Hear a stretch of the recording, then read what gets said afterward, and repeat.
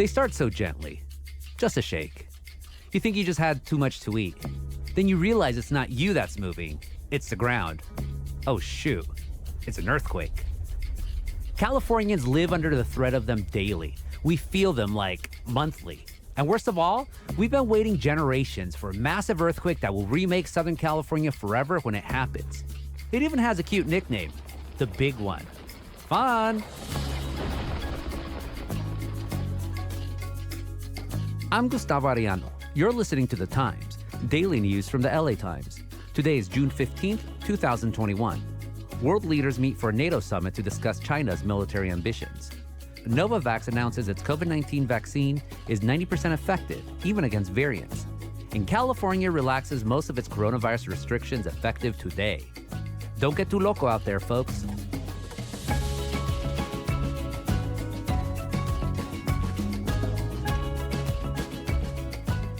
Scientists have determined a mega earthquake happens every 100 years on average in the Golden State. Well, the last time a big one, like a magnitude 7.8 quake, like the stuff of nightmares, the last time one of those hit Southern California, it was about 164 years ago. Back then, LA had a population of just over 4,000 people. The metro area now is over 12 million. Great. So to coach us through earthquake anxiety, we're getting together today with my LA Times colleagues that cover wildfires, the coast, and of course, earthquakes. It's our monthly panel of peril, my colleagues of catastrophe. In this episode, our second installment of our series, Masters of Disaster. Música, maestro! Here's our team. Ron Lin covers earthquakes and COVID-19 for the LA Times. Hi, Ron. Hey. Rosanna Xia is our expert on everything coastal, including earthquake-caused landscape and tsunamis. Hey, Rosanna. Hey. And Alex Wigglesworth covers wildfires, which earthquakes can also cause because earthquake. Hey, Alex. Hi. Since we're focusing on earthquakes today, we'll start with our Shakespeare shakers himself. So, Ron, the last time SoCal had a significant earthquake in a major urban area was actually not that long ago, 1994. The Northridge earthquake that hit the San Fernando Valley region. It was only magnitude 6.7. Magnitude is a globally accepted way to measure an earthquake's power.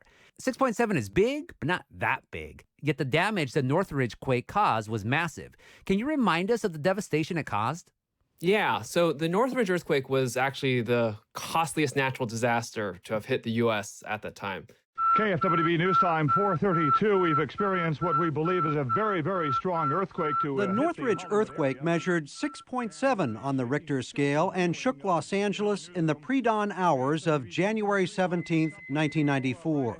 So not only did it hit the San Fernando Valley, it also hit places like Santa Monica and central LA, and 57 people died, including 16 people who were crushed to death in just a single apartment complex. This was one of those dingbat apartment buildings where the ground story is held up by skinny poles for carports. You know, it was like a horrific way to die, with some of the residents initially surviving, but eventually dying due to the weight of the debris suffocating them. Everything that was in the cupboards in the kitchen, plates, vases, you name it, everything was shattered and laying on the floor. Goldstein considers himself lucky. Right next door, a two-story apartment complex of the same design as his collapsed, killing 16 people. 12,000 homes and businesses suffered moderate to severe damage in the quake. 10 bridges collapsed.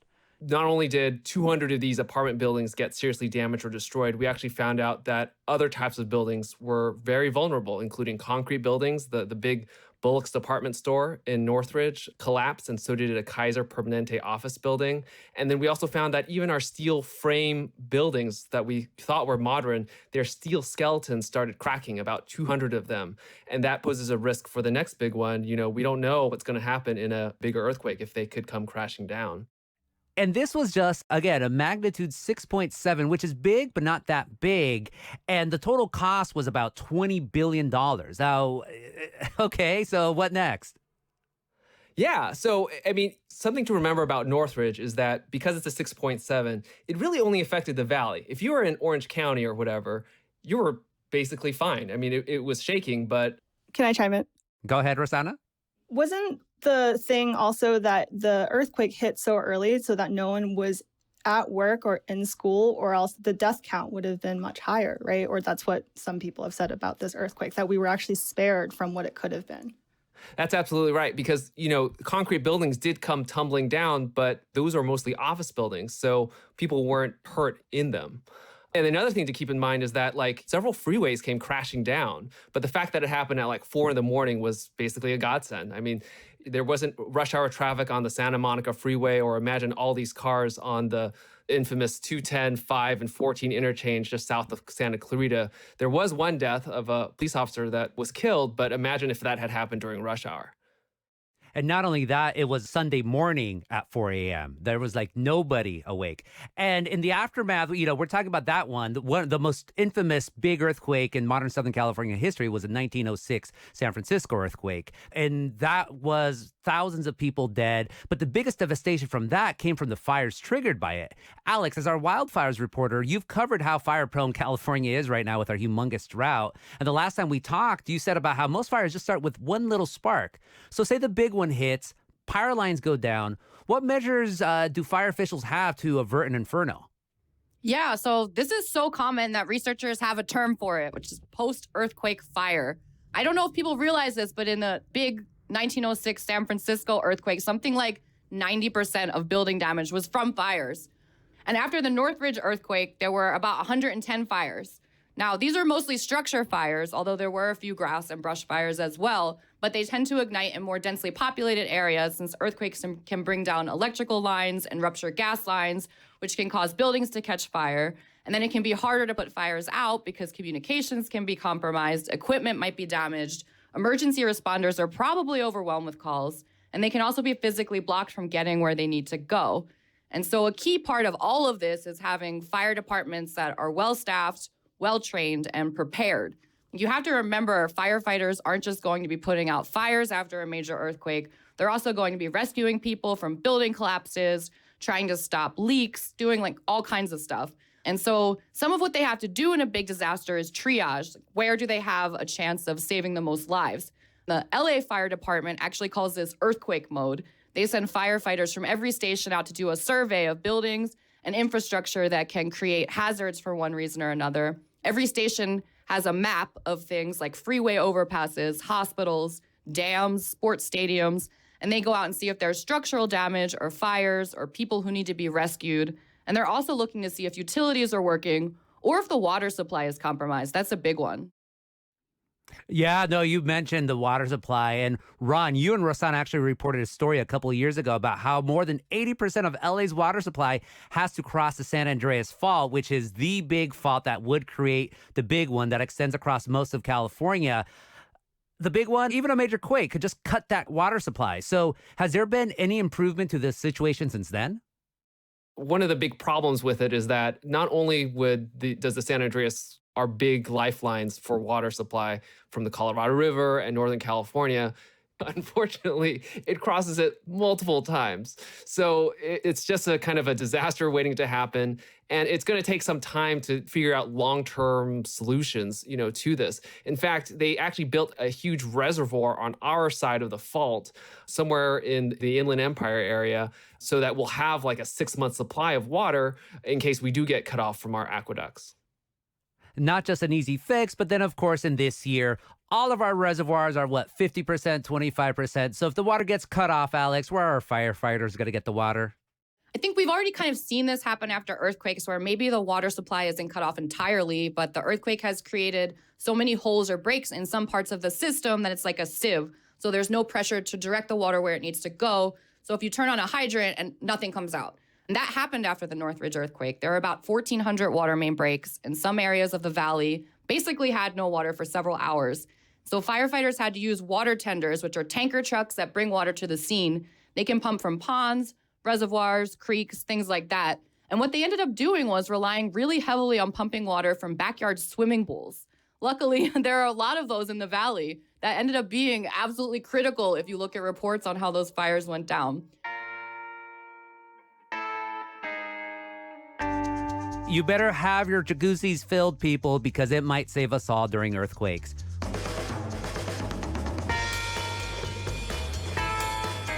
We'll be right back.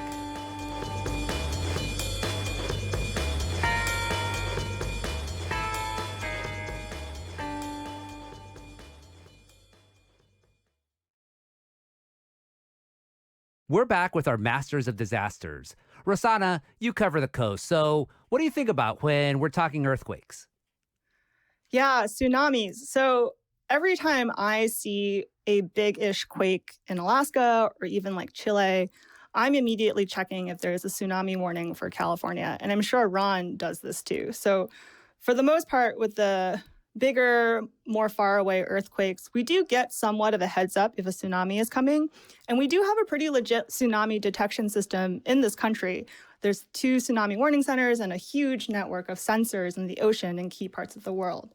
But not to be a downer, this system has had some tech issues. Our colleague Anna Phillips in DC found out recently that the system had an outage, a huge outage back in March, for example, because of a broken water pipe that knocked out the program's servers. So if a tsunami had happened during that time, we would have been screwed. So what do we do if there's a tsunami? That's something that a lot of folks ask me. Most experts I've talked to say evacuate by foot, not car. You will get stuck in traffic if you drive. B, most coastal cities and counties should have an evacuation route that you can look up that takes you to high enough ground, even for the worst case scenarios. The state geologist just put out new tsunami maps, so the info should be pretty up to date. Practice this evacuation route. Take a selfie when you get to the top. Tell your friends.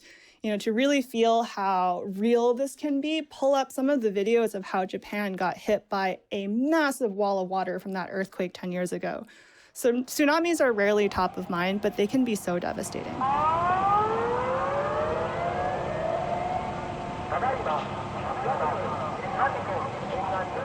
People are stranded in their houses. We've seen images of people standing on their roofs, getting rescued by helicopters, and destruction all around them. Muddy water, overturned cars, broken houses, just a real mess. The tsunami swept away my car, and my house was burned down by the fire afterwards.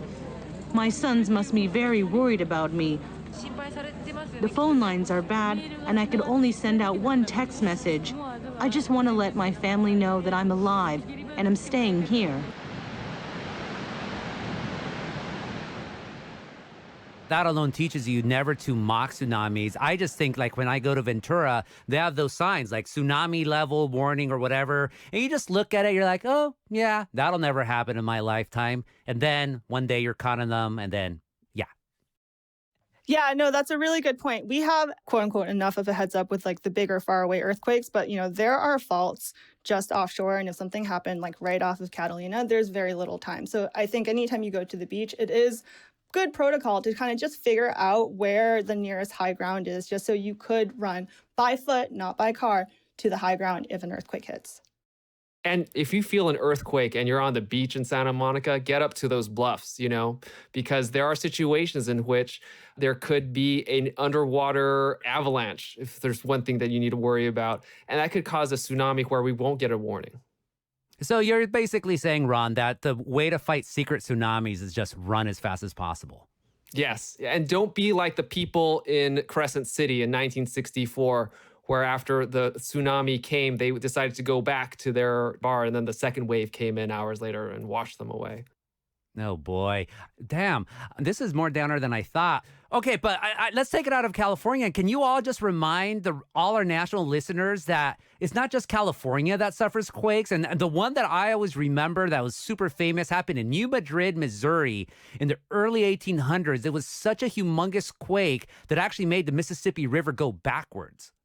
Yeah, it was like an earthquake of magnitude 7.2 to 8.2.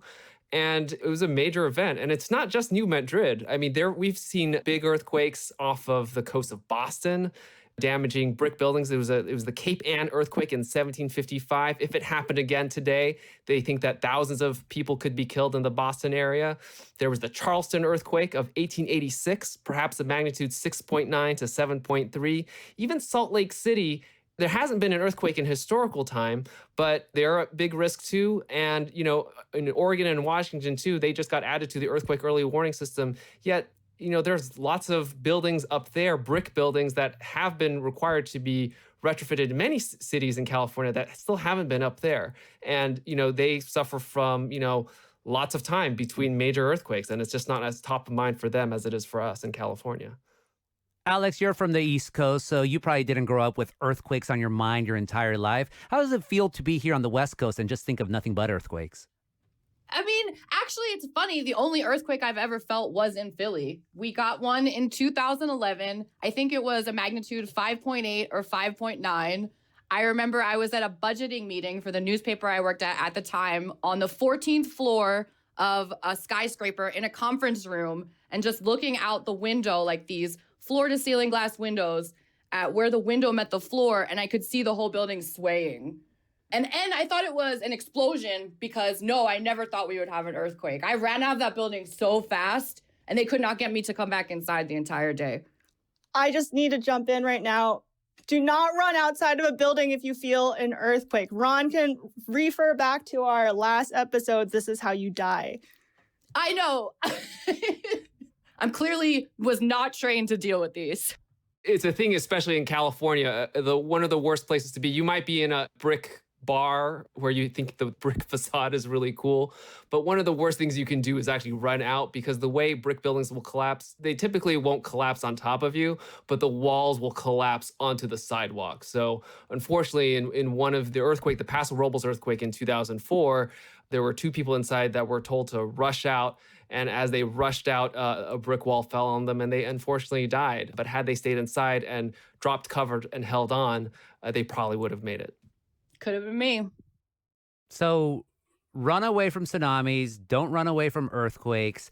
How about duck and cover? I mean, we were always taught in elementary school here in Southern California, if there's an earthquake, go underneath a table, duck, and cover. So Ron, does that still hold? Yeah, absolutely. Because if it's a really super big earthquake, you're going to be thrown to the ground, and there might be things falling on top of you.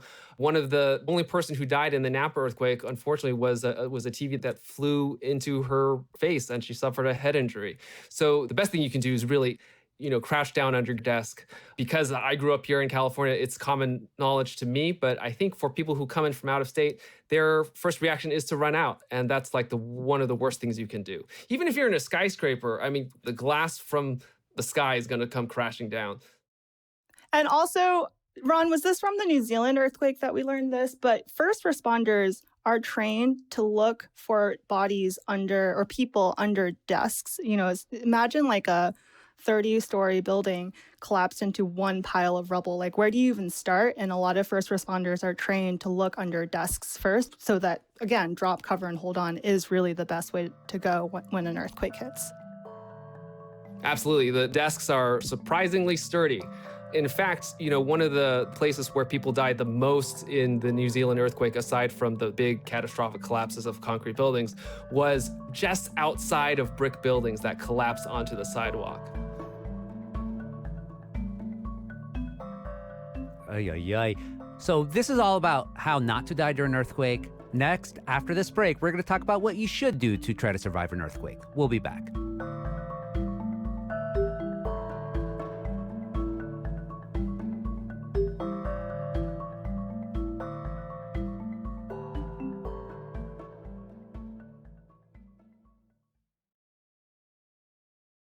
And we're back with our Masters of Disasters. And of course, we can't talk about earthquakes and end without making sure our experts are also prepared. So it's a pop quiz time. We are going to ask our experts just simple questions. All of these, by the way, you should all follow.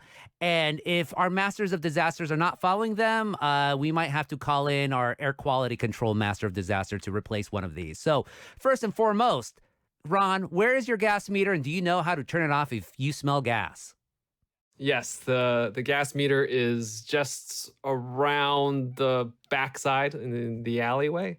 And I have a special wrench thing I got from the hardware store, and you just turn it one way and it closes off. Back in the alleyway. That's a little bit ambiguous there. I give you a B. Rosanna, do you have a pair of sturdy shoes tied to your bed frame? Not tied to my bed frame, but it's under my bed. That's a B+, so they're there. Alex, how many gallons of water do you need per person per day to survive? 10? I think 2 liters. Why did I get the question nobody knows the answer to? I know where my gas meter is. It's under the house. It goes off every time I do the laundry. Alex, it's actually just a gallon of water per day. Don't worry. I would have failed that one as well. I would have said like a little Yeti canteen of water. That would have totally taken care of me. But Alex would have been the most prepared and popular person in her neighborhood if she actually had 10 gallons of water per person per day. My dog Steve has to drink too, and he's very thirsty. Very thirsty boy. And then Alex actually gets an A+ for her because she's prescient. It's a 10 gallons for people around you. To all of you, do you have the MyShake app on your phone? Yes. Yes. Alex? No. I don't have that much memory. I'm sorry. Wait, do you have an iPhone or do you have an Android phone? Because the Android phone, if it's updated, actually automatically gets the earthquake early warning app. So. Oh, okay. I definitely have it then. A plus for Android people, not for Apple people. Big Brother's finally being benevolent for earthquakes. That's really nice to hear. And then finally, and we kind of answered this, when you feel the shaking start, what should you do? We already know, do not run, duck and cover, any other things, any of you? So when you get that earthquake early warning, one of the things that you can kind of do is start counting. And if it's just like a couple of seconds, you know it's not a big quake. But if it's many, many, many seconds, then you know it's going to be the big one. And Ron, correct me if I'm wrong. This was another thing that I did when we were aggressively covering earthquakes a couple of years ago. I think communication is an unexpected thing that people will need to do just to get in touch with family members, tell people you're safe. So I was taught to, I think one of our sources told us, just to like find out what the landline is or the phone number for your nearest fire station. So I've told my family from out of town that when an earthquake hits, I'm going to try my best to get to that fire station, and you can call the fire station to check if I'm going to be okay. Also consider texting instead of calling. Texting is just going to be a lot easier. If the cell phone reception is not really great, I mean, you can use stuff like WhatsApp or anything that can really help get you by. And then also kind of realize that the phone service might be up and running for the first couple of hours or so, but then it might die off if power outages are super consistent. So just keep that in mind. And then finally, here in my home studio, I'm surrounded by unsecured bookshelves with a lot of books, with a light above me, and I'm barefoot right now. How many times do I fail? I'm nervous right now. A billion. A billion. A billion, billion, billion. What I would totally do, it would be totally worth it if you strap down those bookcases and then you put bungee cords to keep the books on the shelf, when the shaking happens. But you'll be so much safer if you go to the hardware store, buy these straps that'll attach to the wall, put them into the studs, and those bookcases won't come falling down on you. Please don't jinx it. I'm knocking on wood right now. We should do a series, actually, for the LA Times. Don't be like Gullible Gus or something and just like use me as an idiot. I do not mind. My Masters of Disasters can just trash me all you want in the name of public safety. I am for that. And for people who don't care about themselves, think about your pet. Think about your kids. Take care of society. And then finally, of course, we try to end every episode of Masters of Disasters with some solace in a segment within a segment called What Makes You Happy Right Now? So, Ron, we got to pick on you today, or rather, you got to scare the hell out of us today. We'll start with you. What's making you happy right now? So I have a pet rabbit, and I like to make sure to just do a little cheek massage. Aww. And she's basically the reason why I made sure to strap the bookcases in our bedroom. I haven't even done it for my office. What's her name? Jewel, like the singer. No, that's so sweet. Anyone who has rabbits as a pet are, you could tell, totally chilled type of people. So, Rosanna, what's making you happy right now? Oh my goodness, Jewel. So I've been geeking out and learning a lot about plants in California, mostly so I can get more specific in the way I describe an environment, like saying beach evening primrose rather than just describing a generic landscape dotted with flowers. But I randomly learned last week about this amazingly weird plant. They're called Darlingtonias. You'll find them in like North California and Oregon. And they're kind of shaped like a cobra head. A friend actually said they look more like scrotums because of the hooded pouch and how translucent and veiny they are. But get this, these plants can survive in areas with very little nitrogen and nutrients, think bogs and rocky cliffsides, because they trap a ton of insects with their bright, glowy hoods. And so they get all their nitrogen from all these bugs. It's like Venus flytraps on steroids. It's so weird, but they're only in like North California and like a little bit of Oregon. Google it, Darlingtonias. I've been having way too much fun learning about plants. Fascinating. Finally, Alex, what's making you happy? I'm kind of with Rosanna. I just recently made it to Sequoia National Park to see General Sherman, which is a giant sequoia that's the largest tree in the world. And a couple weeks before that, I went to the Inyo National Forest to see Methuselah, which is a bristlecone pine that's the oldest tree in the world. So I guess it's trees for me right now. I love that California has famous trees. Trees. What's the most famous tree that I know? Just that one from The Simpsons with the lemon tree where they drank beet juice instead. That's all I know about trees. And that was our Masters of Disasters. Ron Lin, Rosanna Xia, Alex Wigglesworth. As always, thank you for scaring us into being good people.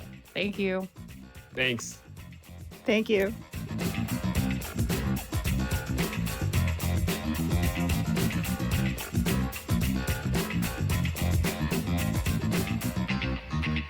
And on that note, don't forget to sign up for the LA Times' new newsletter, Unshaken. It's all about earthquake readiness and resilience with easy lessons delivered to your inbox over the course of 6 weeks. And you know I'm going to sign up for it. Like how to have multiple earthquake kits ready, not just one, how to assess your home for danger, even earthquake insurance. At least I know that when you buy homeowners insurance, it doesn't cover earthquakes. So even I bought earthquakes insurance. So if I could do it, so can you. But get more lessons from this new newsletter, Unshaken. Sign up today.